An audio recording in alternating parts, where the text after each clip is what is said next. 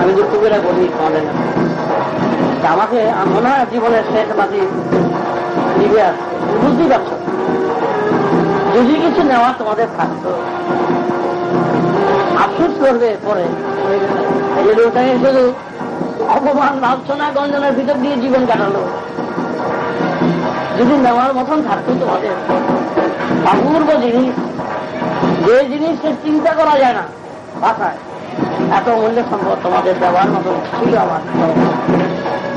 কিন্তু হচ্ছে না। আমাকে বসিয়ে তোমরা সবাই যদি গ্রহণ করতাম, মা গাম্ভীরের মতো অমৃত ছাড়া। তাই আমিও জন্মগত, আমার মা কামপুরও জন্মগত। আমার জন্মগত তত্ত্বের দুধ, তত্ত্ব হচ্ছে দুধ অমৃত, আর তার গাভীর তার স্তনে দুধ অমৃত। যদি তোমার নিজে পাচ্ছে এবং যাওয়ার মতন একটা অবস্থার সৃষ্টি করছে যে আমরা আর অন্য কিছু জানো না, সংসার তো দেখতেই আছে, আমরা নেই কিছু গ্রহণ করি, আমরা বসি, লেখি, শুনি ব্যক্তাদের কাহিনী, জীবন্ত কাহিনী, যা আমি বলবো ছন্দেও নয়, গল্পেও নয়, বন্ধনাতে নয়।